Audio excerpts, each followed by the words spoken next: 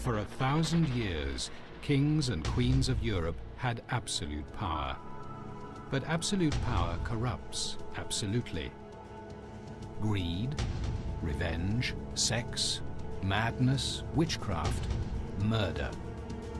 Every monarch had their royal secrets.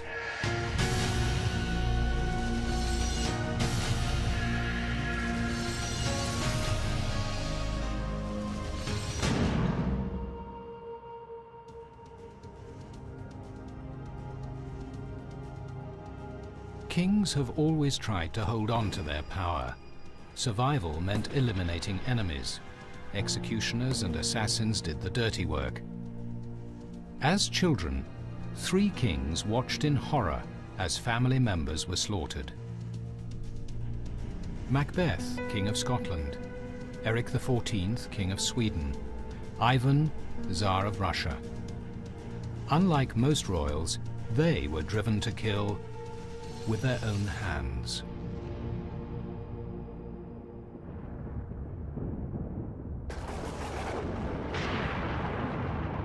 A savage storm over Moscow. The year is 1530. A ruler has been born under a bad sign. It was the first of many omens plaguing the monarch who would bring Russia 40 years of torture and death. The slaughter the man unleashed earned him an unforgettable name: Ivan the Terrible.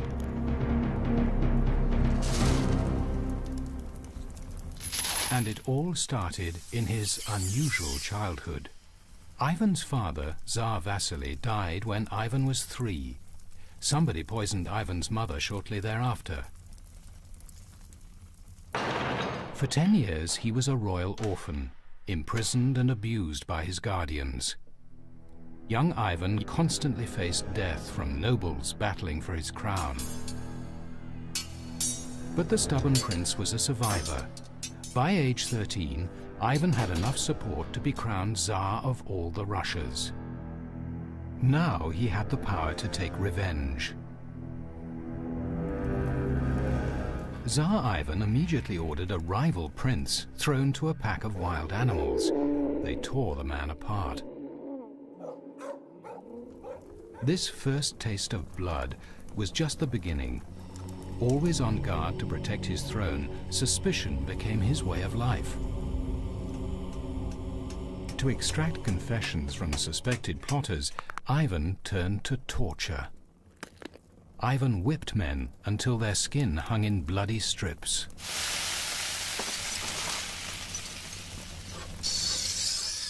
Red-hot pincers probed their wounds. But the worst was saved for last. Glowing coals were stuffed in victims' ears. After Kremlin dinners, Ivan led appalled guests on tours of his torture chamber. Despite his tortures and executions, Ivan considered himself a religious man. Religious leaders built a great cathedral in honor of the young Tsar, cementing his lifelong relationship with the Orthodox Church. So after stressful periods of brutal bloodletting, a pious Ivan retreated into monasteries to pray. The more atrocious his acts, the harder Ivan prayed. The time known as the Terror had begun. By the time he was 30, Ivan had earned the name that would make him infamous: Grozny, the Terrible. In 1570, Ivan heard rumors that the beautiful, wealthy city of Novgorod was aiding his enemies, but there was no proof. So the paranoid Tsar reached the safest conclusion. He condemned the entire city to death.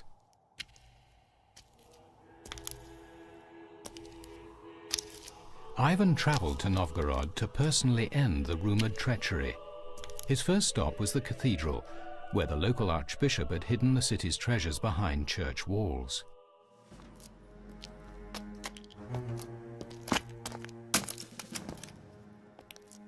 Ivan searched for the booty.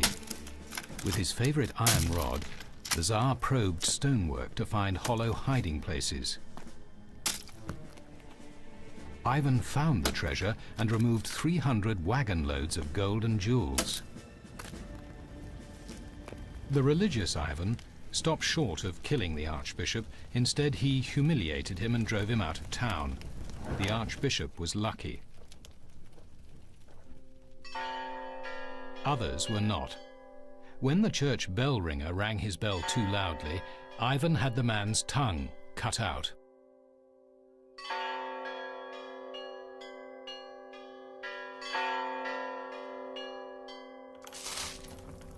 Ivan then invented some especially painful tortures, sliding needles under fingernails, ripping ribs from chests, hammering nails into bones.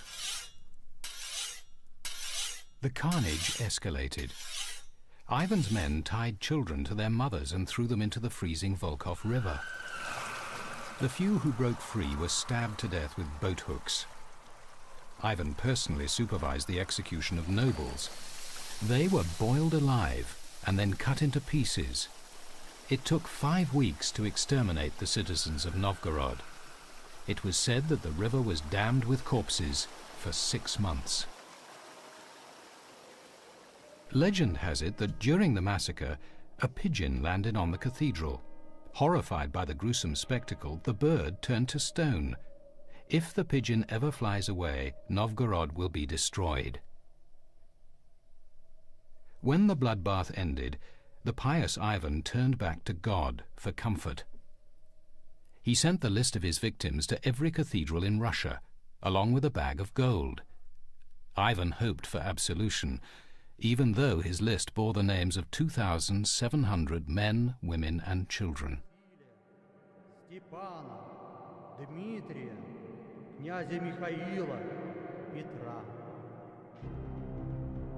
After Novgorod, Ivan's descent into paranoia and violence accelerated. He aged rapidly. Truth was, the Tsar of all the Russias was riddled with syphilis. As the disease ravaged his brain, Ivan became crazier than ever. In 1581, he finally turned on his own family. Moodily wandering the Kremlin palace, Ivan became enraged by the immodest clothing worn by his pregnant daughter-in-law. He kicked her in the stomach, causing her to miscarry his grandson, his future heir. As his rage increased, he struck his son with his iron rod. The young prince collapsed, blood pouring from his head. Desperately, Ivan tried to stop the bleeding with his fingers. He wept uncontrollably and begged God's forgiveness. Perhaps God had had enough. 4 days later, the prince was dead. In these 2 outbursts, Ivan had wiped out the future of his dynasty. His life of torture and mass murder had made Ivan a broken man. He turned to astrology. Since a terrible storm had heralded his birth, Ivan felt another cataclysm would precede his death. In 1584, Ivan saw the tail of a comet in the shape of a cross between 2 cathedrals. The comet convinced him his death was coming. He summoned 60 of Europe's greatest astrologers to predict the date of his death. They forecast the 18th of March. Ivan ordered all the churches to pray for him. The morning of the 18th arrived, but Ivan felt fine. Believing the astrologers lied to him, he sentenced them to death. That evening, Ivan began to set up pieces for a chess game. Suddenly, he collapsed. In an instant, Ivan, Tsar of all the Russias, was dead. The astrologers had been right.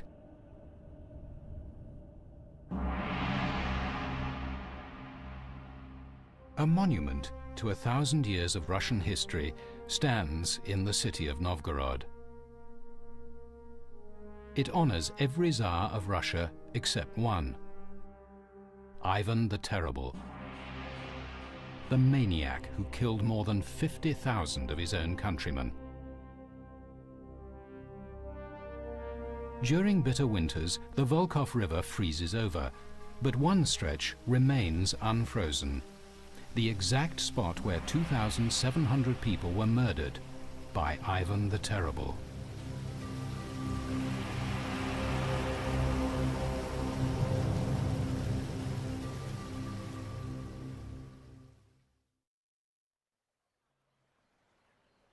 At the same time Ivan was wreaking havoc across Russia, the Renaissance was in full flower 800 miles away in the Swedish court of King Erik XIV.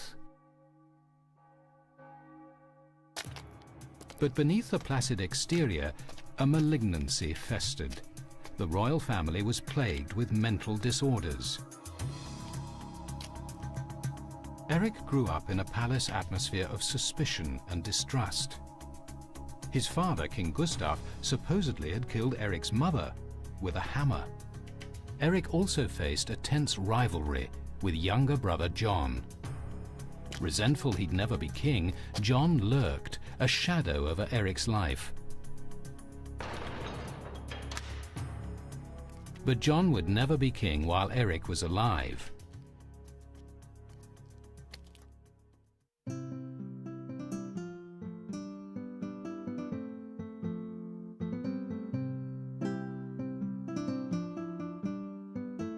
The Renaissance king had brought his country out of the Dark Ages. Erik had visions of Sweden as a great power. First, he had to marry and produce an heir. If his plan worked, he would be King Erik of England. His great scheme was destined to fail. He set his sights on Queen Elizabeth I. Elizabeth politely refused his proposal. The rejection triggered an obsession in Erik. He bombarded Elizabeth with letters and sent her his portrait.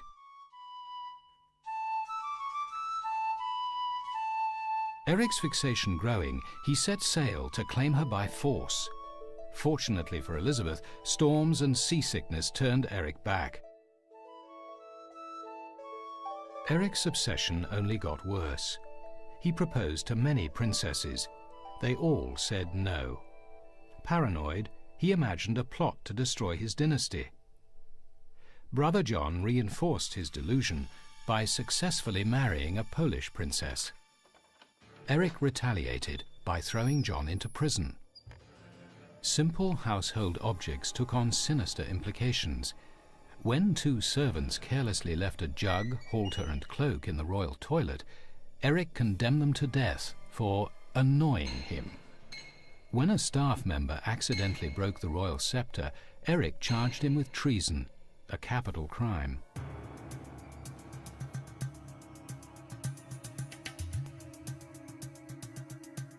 Howling voices haunted the king's head. Convinced they were demons planted by rivals, Erik consulted astrologers to uncover their plot. They told him he would lose his throne to a light-haired man, and fueled Erik's paranoia. Erik panicked and jailed 5 loyal nobles. He called Parliament into session to decide their fate. But many nobles, fearful of Erik's mental state, stayed away from the meeting. Erik saw this as treachery. At the meeting, Erik lost his prepared speech. He had to improvise. As he stammered, he imagined his audience laughing at him. He ran away to his castle to brood.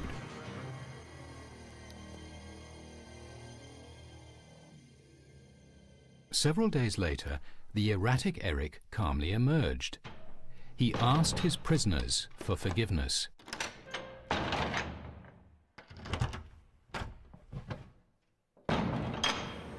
But 2 hours later, a paranoid rage gripped him again. Fired by his inner demons, he stormed into a noble's cell. Screaming the man was a traitor, Erik stabbed him to death.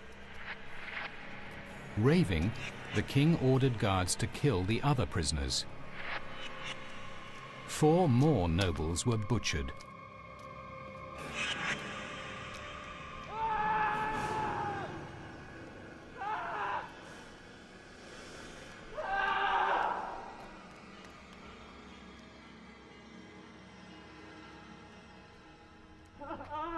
When his closest advisor ran after Eric to subdue him, Eric shouted, "Spear the rogue!" Unquestioning guards hacked the old man to death.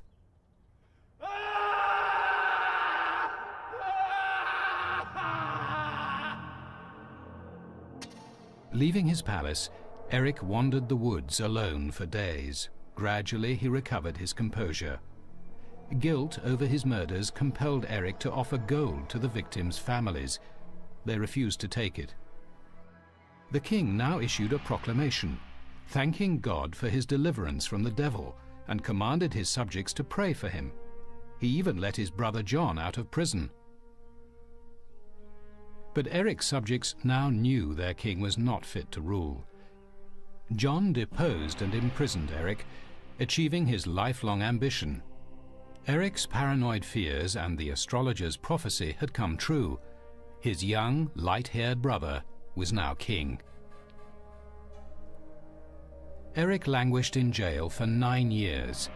He plunged into a fantasy world, never to return. He kept the diary of a madman. July the 8th. I've had Christopher the cook's head cut off. August the 2nd. Last night they tormented me with wet sheets and bad bread. November the 4th. Secretly hid my gold under the bedchamber. Although Eric was insane, as rightful ruler he still posed a threat to the new King John. John pondered ways of removing Eric from the scene. He had him abused, humiliated, deprived of warm clothes. One of Eric's jailers seriously wounded him in a fight. But Eric survived. Frustrated, King John considered more efficient ways to get rid of his older brother: strangulation, or slashing his wrists and bleeding him. Finally, advisors provided a method that would leave no trace. On the evening of February the 26th, 1577, Eric was given a bowl of pea soup for dinner. It was to be his last meal. By the morning, he was dead. An official statement announced he died of natural causes. In the 1950s, analysis of Eric's remains revealed the truth. His younger brother had murdered him. Eric's pea soup had been laced with arsenic. Eric's first diary entry in the last year of his life had proved to be prophetic. King Eric's unhappiest year.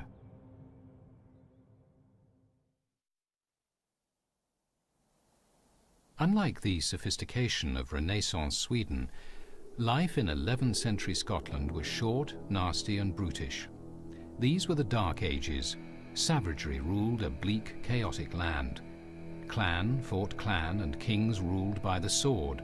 This brutal world was home of another troubled monarch, Macbeth.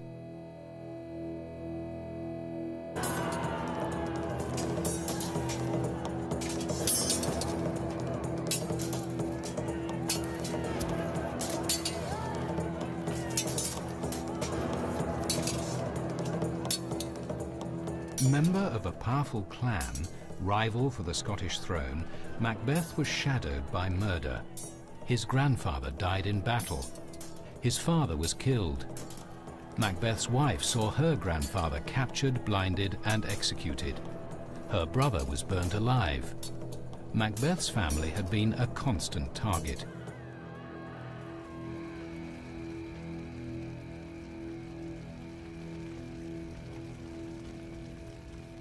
Macbeth blamed the bloody mayhem on the King of Scotland, Duncan I. He reasoned that killing Duncan would both avenge his family's murders and gain him the throne.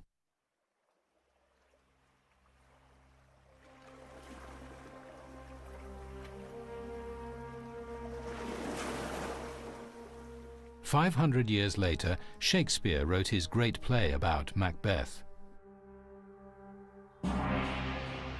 He imagined Macbeth's life as a tale of ghosts and witches. But unknown to Shakespeare, Macbeth's true story lay hidden in a fragile manuscript written by a mysterious monk. In the 19th century, scholars pieced together the story. The tale was more savage than Shakespeare imagined. In the real story, Macbeth hatched a clever plot. He swore allegiance to King Duncan. At the time, Duncan's power was slipping. He needed friends. Duncan trusted Macbeth and gave him an army to help defend his kingdom. Macbeth now drew closer to vengeance and the crown.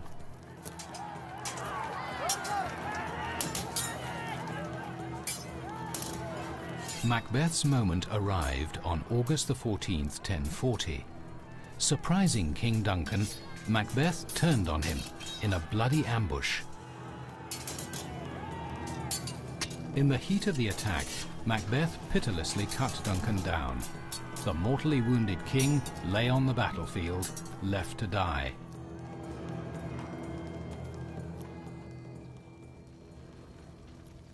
Macbeth's treachery worked. He crowned himself King of Scotland. He had avenged his family's murder. The next 10 years were the most peaceful Scotland had ever known.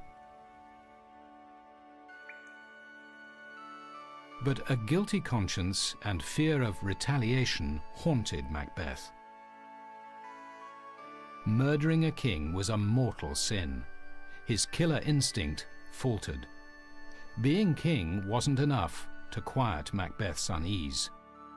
Macbeth turned to God for solace. He traveled to Rome to seek forgiveness. In 1050, Macbeth did public penance, throwing gold coins to the poor. He asked Pope Leo IX for absolution. The Pope gave it. But if the Pope forgave Macbeth, Duncan's son, Malcolm, did not. Trouble was brewing back in Scotland. Malcolm was a powerful clan chieftain. He wanted his family's crown back, and he wanted revenge for his father. Malcolm had been patiently assembling an army. When Macbeth returned to Scotland, he realized Malcolm had grown too powerful. In 1054, Macbeth fled into the wilderness. Now, he was a hunted man. Malcolm stalked Macbeth for 3 years. He had taken Macbeth's crown, but he had to take Macbeth's life to satisfy his appetite for revenge.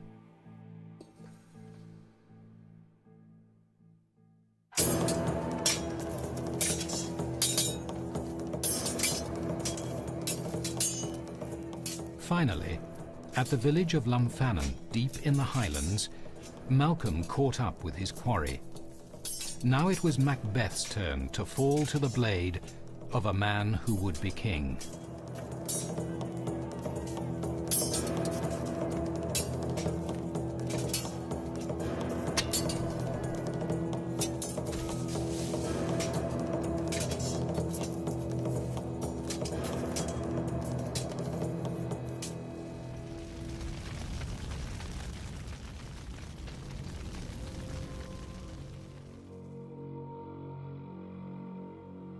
In 17 years and 1 day, the story had come full circle. Macbeth had killed a king to gain the crown, and now that man's son had taken Macbeth's life.